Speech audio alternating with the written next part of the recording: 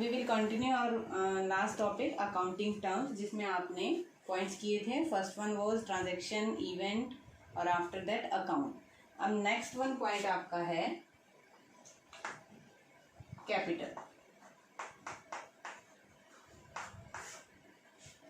पहले भी बोला था जो ये अकाउंटिंग टर्म्स है ये आपकी अकाउंट्स की ABCD की तरह है कि जब आप इस ABCD को सीख लेंगे तब आप अकाउंट्स को आगे समझने में आपके लिए आसानी होगी, क्योंकि ये उसकी वोकैबुलरी की तरह है, उसका शब्दकोश है ये. ठीक है.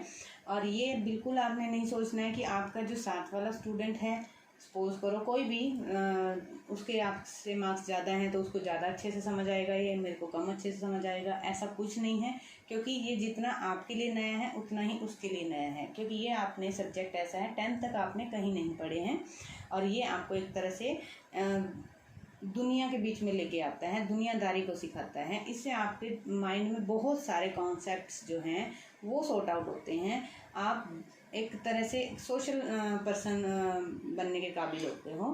तो अकाउंटिंग टर्म्स में क्या नेक्स्ट वन टॉपिक क्या था आपका? कैपिटल था. कैपिटल का मतलब क्या है? जब आप बिजनेस को स्टार्ट करने के लिए कुछ पैसा या पैसे के इक्विवेलेंट कोई चीज़, कोई मटेरियल आप बिजनेस में लगाते हो, वो सारा आपका कैपिटल कहलाता है और हिंदी में इसको बोलते हैं पूंजी. अब पूंजी से तो थोड़ा सा आइडिया हो ही गया होगा आपको कैपिटल का. तो ये क्या है? मनी या फिर मनी वर्थ. मनी वर्थ का मतलब है पैसे के समान कोई भी चीज. जब ये सब आप इन्वेस्ट करते हो, invested to start any business. और कौन स्टार्ट करता है बिजनेस? जो बिजनेस स्टार्ट करता है उसको क्या बोलते हैं? उसको बोलते हैं बिजनेसमैन, बाय द बिजनेसमैन.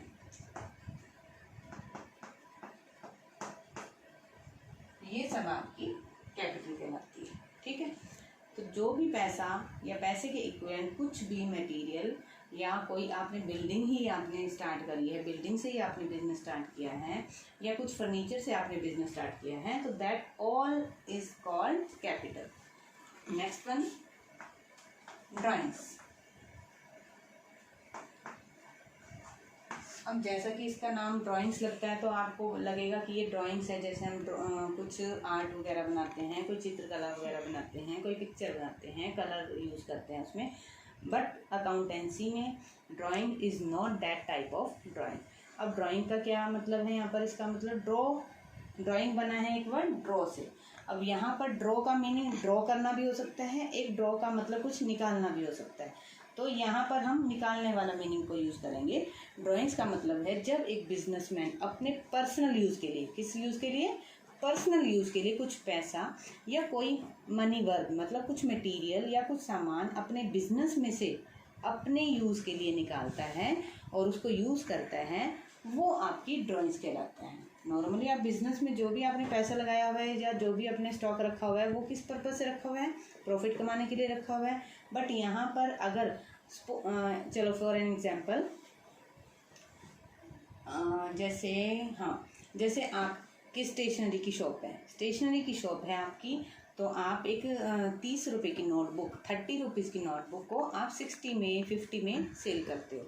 लेकिन आपको अपने बच्चे के लिए या मुझे अपने बच्चे के लिए, जो आपको अपने छोटे भाई बहन के लिए या मेरे को अपने छोटे किसी बच्चे के लिए नोटबुक की ज़रूरत पड़ती है और मैं एक नोटबुक उसमें से निकाल लेती हूँ या 4 नोटबुक उसमें से निकाल लेती हूँ, तो वो नोटबुक जो है मनी वर्थ है. क्या है? मनी वर्थ की तरह है. वो पैसा नहीं है, पैसे नहीं निकाल रही हूँ मैं, सामान मटेरियल निकाल रही हूँ, लेकिन वो उसको आगे सेल करने के लिए नहीं निकाल रही हूँ, उसको मैं अपने यूज़ के लिए निकाल रही हूँ, अपने बच्चे के यूज़ के लिए निकाल रही हूँ.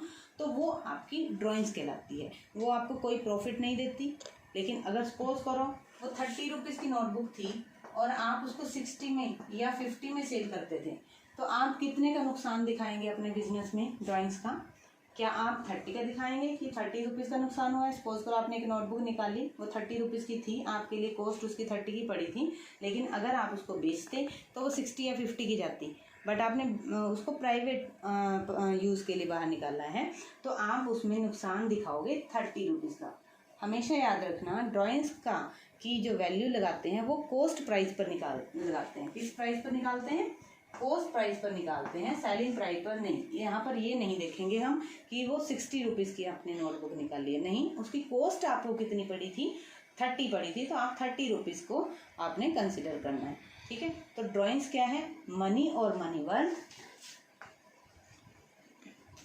मनी या फिर कोई मनी वैल्यू, जिसकी कोई वैल्यू है कैश में या पैसे में, money worth taken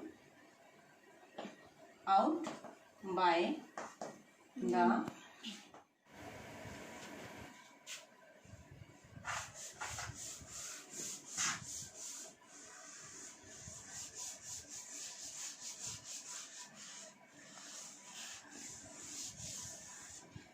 next terms जो आपको बताने वाले हैं, दो मेन टर्म्स हैं, उसको हम साथ साथ करेंगे, एक है लायबिलिटीज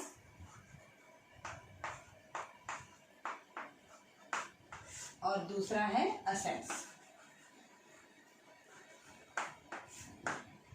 इसको हिंदी में बोलते हैं दायित्व और इसको बोलते हैं संपत्तियां।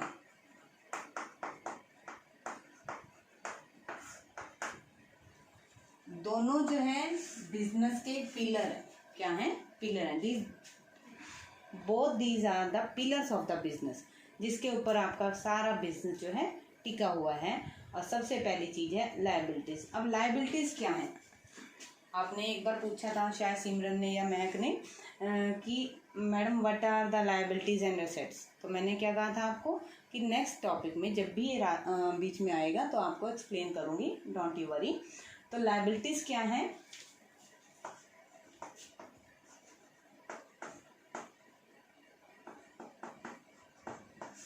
दीज आर द रिस्पॉन्सिबिलिटी, एक रिस्पॉन्सिबिलिटी से मिलता जुलता वर्ड है ये, रिस्पॉन्सिबिलिटीज टू पे एनीथिंग,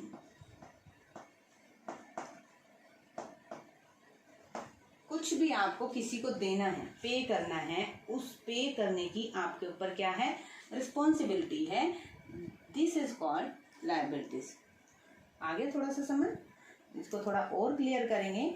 अब ये जो रिस्पॉन्सिबिलिटी टू पे एनीथिंग, कुछ भी आपने किसी का पैसा देना है, सपोज करो आपने किसी से उधार माल परचेज किया था तो अब आपको उसकी पेमेंट भी करनी है, दैट इज ऑल्सो लायबिलिटी। आपने किसी से लोन लिया था 2 साल के लिए, तो 2 साल के लिए 2 साल के बाद आपकी लायबिलिटी फिर वो क्रिएट हो जाती है। तो liabilities is responsibilities to pay anything, कुछ भी आपने पे करना है किसी को भी, to pay anything to any person, किसी पर्सन को पे करना है, to any businessman,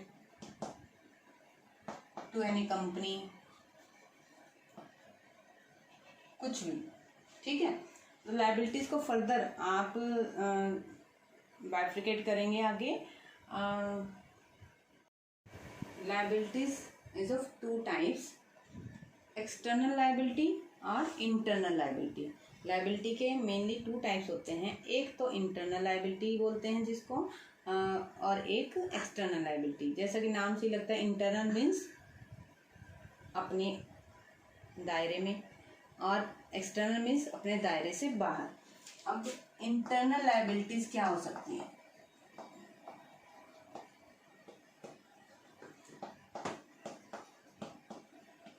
internal liabilities which are payable by the business, मतलब जो बिजनेस पे करेगा किसको, इंटरनल को, like owner of the business. अब आपको ये थोड़ा सा कंफ्यूज करेगा कि ओनर ऑफ द बिजनेस को पे करना है, ये मतलब क्या है। जैसा कि मैंने स्टार्टिंग में कहा था कि बिजनेस और बिजनेसमैन 2 अलग अलग चीज़ें हैं। अगर एक बिजनेसमैन ने कुछ पैसा लगाकर कोई बिजनेस स्टार्ट किया है तो बिजनेस ने उसको लौटाना है, उसको इंक्रीज करके उसको विद प्रॉफिट बिजनेसमैन को वापस करना है। इट मीन्स जो पैसा आप बिजनेस में लगाते हो, बिजनेस के लिए वो लायबिलिटी हो जाती है। इट मीन्स कैपिटल क्या चीज़ है, लायबिलिटी है, किसके लिए, बिजनेस के लिए। तो बिजनेस को हम अलग मान रहे हैं। तो सपोज करो ये आपका बिजनेस है और ये आप है, आपने पैसा लगाया, क्या बोलते हैं उसको, कैपिटल। ओके, पैसा लगाया। अब इस बिजनेस ने बिजनेस ने इसको लौटाना है आपको विद प्रॉफिट के साथ, तो इट मीन्स इसके लिए जो कैपिटल है ये क्या बनी है, लायबिलिटी बनी है। क्या बनी है, liability towards owners of the business. It means internal liabilities are the liabilities which are payable by business towards its owner. इसके ऑनर को पे करना है उसमें, तो वो है आपकी इंटरनल लायबिलिटी। जो बिजनेस का मालिक को बिजनेस ने कुछ लौटाना है लाइक कैपिटल, तो वो जो है उसकी इंटरनल लायबिलिटी हो जाती है। और opposite of the internal liability is external liability.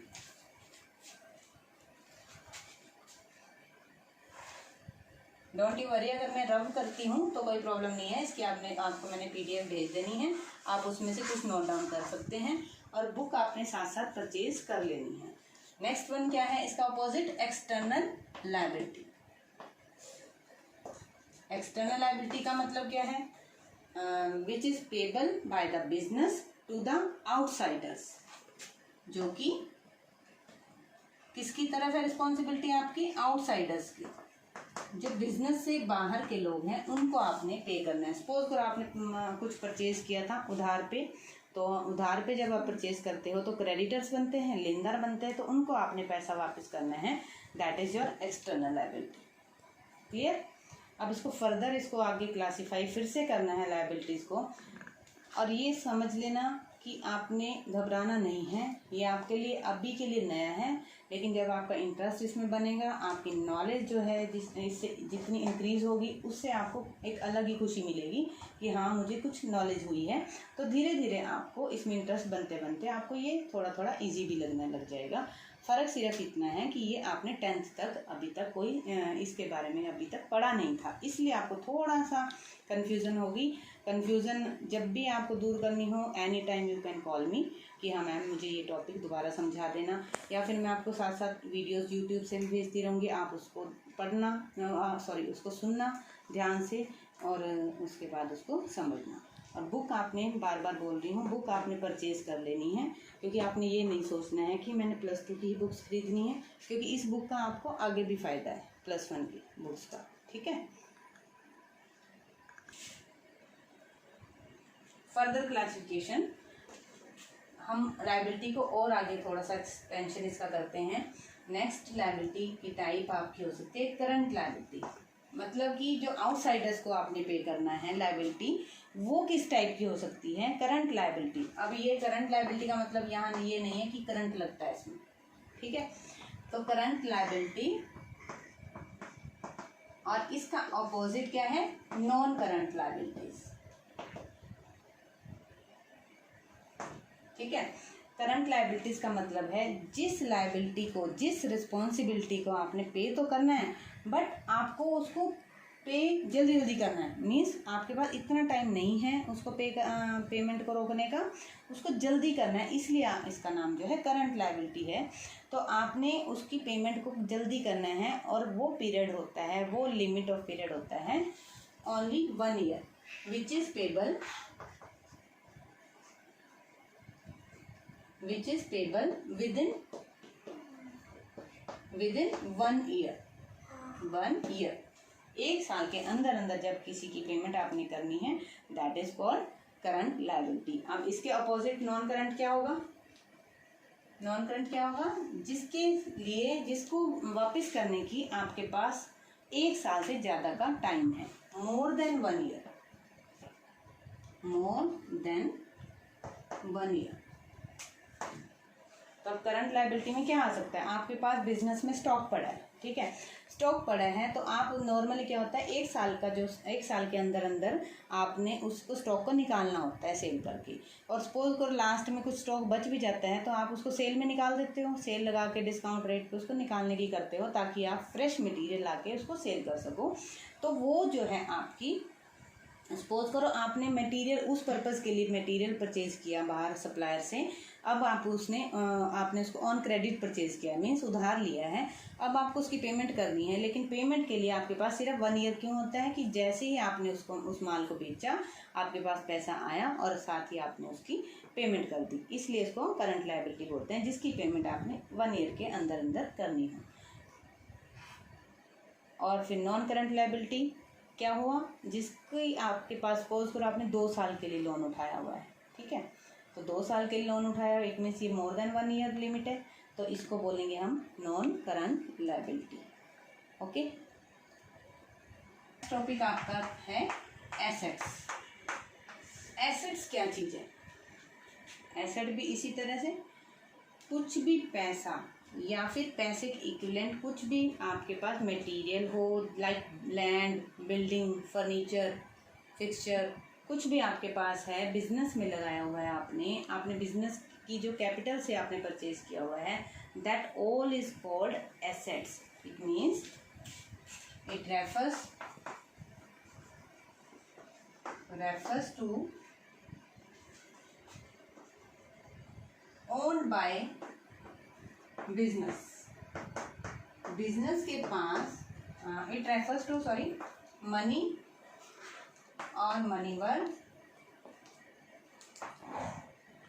Again and again I am using these 2 words, money and money worth, और बार बार मैं आपको इसका मीनिंग भी समझा रही हूँ कि एक तो बिल्कुल कैश या फिर कैश के इक्विवेलेंट कुछ भी आपका सामान, वो सब आपकी असेट्स होती हैं। Like black board is the asset. आपकी सराउंडिंग्स में जितना भी मटेरियल है वो सारी आपकी एसेट्स हैं, whether it is in home, whether it is in business, ठीक है। तो ये एसेट्स जो हैं, जो भी आपका सामान है आपके पास जो आपने बिजनेस में लगाया हुआ है, बिजनेस के पर्पज से उसका नाम जो दिया गया है वो एसेट्स है। एसेट्स, इसको आप प्रॉपर्टी बोल सकते हैं, प्रॉपर्टी प्रोप्राइटर की या बिजनेसमैन की। For example land, building, furniture, fixture, plant, machinery, even cash also, cash in hand, आपके हाथ में जो कैश है, cash at bank, etcetera etcetera. There are so many assets in the business with help of which the business जो है get benefits in for long time। Long time के लिए जब बिजनेस को बेनिफिट्स लेने होते हैं उसके लिए आप बिजनेस जो है इन्वेस्ट करता है पैसा, बिजनेसमैन इन्वेस्ट करता है बिजनेस में पैसा, किस फॉर्म में? एसेट्स फॉर्म में। एसेट्स भी आपकी लाइक लायबिलिटीज, आगे फर्दर एसेट्स को भी आगे क्लासीफाई किया जा सकता है। जैसे लायबिलिटीज़ को आपने किया था नॉन करंट लायबिलिटी और करंट लायबिलिटीज़ में, तो हम पहले नॉन करंट एसेट्स बोलेंगे। क्या बोलेंगे? Non current assets. जैसे कि लायबिलिटी का था नॉन करंट लायबिलिटी, जिसकी टाइम लिमिट पे करने की आपके पास कितनी थी? 1 साल से ज़्यादा। तो इसी तरह एसेट्स में नॉन करंट एसेट्स वो एसेट्स होती हैं जिनको आपने रीसेल के लिए नहीं लिया हुआ है। मतलब जैसे आप बिजनेस शुरू करते हैं, आपने बिल्डिंग लगाई, प्लांट लगाई, मशीनरी लगाई, तो आपने उसको सेल थोड़ी करना है वापस। फर्नीचर लगाया, आपने सेल नहीं करना है उसको वापस, रीसेल के लिए नहीं रखा हुआ है, बल्कि बिजनेस को फाइनेंशियल सपोर्ट देने के लिए रखा हुआ है, जिससे आप आगे बेनिफिट्स उठाते हो, तो उसको बोलते हैं आप नॉन करंट एसेट्स। ठीक है। अब नॉन करंट एसेट्स में 2 टाइप की एसेट्स हो सकती हैं, टेंजिबल एसेट्स और इनटेंजिबल एसेट्स। टेंजिबल और इनटेंजिबल। और टेंजिबल एसेट्स वो एसेट्स जिनको हम देख और छू सकते हैं, which can be touch, which can be feel, sorry feel नहीं, विच कैन बी टच और seen. And opposite of tangible is intangible, तो इसका मीनिंग भी इसके अपोजिट होगा, which can not be touch, can not be touch और seen. ना तो हम उसको देख सकते हैं और ना हम उसको छू सकते हैं, वो आपकी है इनटेंजिबल एसेट। अब टेंजिबल एसेट्स के एग्जांपल क्या हो सकते हैं, लाइक फिक्स्ड एसेट्स। अब फिक्स्ड एसेट्स क्या है, इसके साथ, इस एसेट के साथ लगा हुआ है वर्ड फिक्स। फिक्स्ड का मतलब है जिसको आपने फिक्स कर दिया है, उसको आप बार बार उसको हिलाएंगे नहीं वहाँ से। सपोज करो आपने बिल्डिंग में मशीनरी, बिल्डिंग में फर्नीचर लगाया हुआ है, तो फर्नीचर आपने रीसेल के लिए थोड़ी ना लगाया हुआ है, तो वो आपका फिक्स हो गया। उसमें आपका पैसा जो है, जिस एसेट्स में आपका पैसा फिक्स हो जाता है और वो लॉन्ग टाइम के लिए आपके बिजनेस को बेनिफिट देती है, तो वो उसको बोलते हैं फिक्स्ड एसेट। इसके अपोजिट नॉन फिक्स्ड एसेट्स वो होती हैं जो आपके बिजनेस में फिक्स नहीं होती, जिनको आप रीसेल के लिए, जैसे आपने मटेरियल परचेज किया, उसको प्रोसेसिंग की, आपने प्रोडक्ट तैयार कर लिया, उस प्रोडक्ट को आपने विद इन 1 ईयर आपने उसको सेल करना है, that is not fixed asset, that is current assets, that is current asset. तो नॉन करंट का अपोजिट आपने करंट इसके साथ साथ सीख लिया। इनटेंजिबल एसेट जिसको आप टच भी नहीं कर सकते, सीन भी नहीं कर सकते, तो ऐसी कौन सी एसेट हो सकती है जिसको आप छू भी नहीं सकते, उसको देख भी नहीं सकते, सोच के देखो। तो वो आपकी हो सकती है लाइक गुडविल। गुडविल क्या होती है, इसका एग्जांपल है आपका गुडविल। गुडविल आपकी रेपुटेशन, आपकी इमेज, आपकी प्रेस्टीज, आपकी मतलब बिजनेस की। अब जब बिजनेस की रेपुटेशन इतनी ज़्यादा बढ़ जाती है, उसकी प्रेस्टीज, उसकी इमेज, उसकी गुडविल जब इतनी बढ़ जाती है, तो उसका जो है प्रोडक्ट की सेल भी ज़्यादा हो सकती है, उसके कस्टमर्स भी ज़्यादा हो सकते हैं, और अगर वो एक कंपनी है तो उसके शेयर होल्डर्स भी ज़्यादा हो सकते हैं। तो इट मीन्स जो है वो गुडविल की फॉर्म में अपने बिजनेस को आगे बढ़ाता चला जा रहा है, लेकिन वो उसको देख नहीं सकता, वो उसको सिर्फ फील कर सकता है। ठीक है, एक डॉक्टर है, there are so many skin doctors, skin specialist in your environment, लेकिन आप किस स्किन स्पेशलिस्ट के पास जाते हो, जिसका आपने नाम सुना हो ज़्यादा। अब नाम सुना है ज़्यादा तो आप उसी के पास जाओगे, तो इसका मतलब अर्निंग किसको ज़्यादा हो रही है, उसी को ज़्यादा हो रही है। तो वो अपनी अर्निंग जो है किस वजह से कमा रहा है, अपनी गुडविल की वजह से, जिसको आप इंटेंजिबल एसेट बोलते हो। ठीक है, तो टेंजिबल एसेट क्या है, जिसको आप टच और सी नहीं कर सकते। इंटेंजिबल एसेट्स क्या हैं, जिसको आप टेंजिबल एसेट जिसको आप टच कर सकते हैं, सीन कर सकते हैं, और opposite of this intangible assets are those assets which can not be touch और नॉट बी सीन। ओके, इसके अलावा एक एसेट होती है फिक्टिशियस एसेट्स। फिक्टिशियस एसेट्स, वैसे आपके कोर्स में मतलब इसका क्वेश्चन नहीं आता, लेकिन ये आपके लिए जाननी जरूरी है, क्योंकि ये वर्ड बीच में आ जाता है कहीं बार, फिर आप, और हो सकता है नए नए वर्ड्स बीच में फिर से आएंगे, फिर आप उससे क्वेश्चन भी करोगे, उसको भी आगे एक्सप्लेन किया जाएगा। हर पॉइंट पर इसके तो नए नए वर्ड्स आते ही रहेंगे, तो इसलिए आपको ने कंफ्यूज नहीं होना है, बार बार रीड करके आप उसको अच्छे से समझ सकते हो। फिक्टिशियस एसेट्स हम कर रहे हैं। फिक्टिशियस एसेट अगर इसका हिंदी में मीनिंग लूँ तो शायद इसका हिंदी में मीनिंग होता है काल्पनिक संपत्तियाँ। काल्पनिक मतलब जो सोच के अंदर होती हैं, ठीक है, सोचने में होती हैं। तो fictitious assets which is neither tangible nor intangible, means ना तो वो टेंजिबल होती हैं और ना ही इंटेंजिबल होती है। अब इसका एग्जांपल देखो, सपोज करो आपने एडवर्टीजमेंट पे खर्चा किया है 1 लाख रुपए, ठीक है। अब ये आपका खर्चा हो गया, नुकसान हो गया, समझ लो। नुकसान तो नहीं कहेंगे, क्योंकि नुकसान वो होता है जो अचानक से हो जाता है, और खर्चा वो होता है जो हम अपनी मर्जी से करते हैं, ठीक है। तो यहाँ पर फिक्टिशियस एसेट में आपका एग्जांपल दे रही थी मैं, लाइक एडवर्टीजमेंट में आपने 1 लाख रुपीज़ खर्च किया है, ठीक है। 1 लाख रुपीज़ आपने खर्च किया है, लेकिन उसका एडवांटेज आपको, उस एडवर्टीजमेंट का जो कैंपेन का एडवांटेज है वो आपको अगले 5 सालों तक मिलने वाला है। मतलब अगले 5 सालों तक आपने उसके ऊपर एडवर्टीजमेंट के रूप में कोई खर्चा नहीं करना है। तो आप उस 1 लाख रुपए को अभी की अभी अकाउंट्स बुक्स में नहीं लेकर आते हो, उस नुकसान को, उस खर्चे को अपने अकाउंट्स बुक्स में नहीं लेके आते हो। तो इसका मतलब उसको आप 5 सालों में डिवाइड कर देते हो। 5 सालों में डिवाइड करने पे हर साल आपने कितने कितने अमाउंट दिखाया खर्चे के तौर पे, एक्सपेंस के तौर पे 20,000 डिवाइड किया हमने 5 सालों से 1 लाख रुपए के खर्चे को, तो 20,000 रुपये हर साल आपने दिखाया। तो हर साल आपने दिखाया, लेकिन खर्चा तो वो हो चुका है।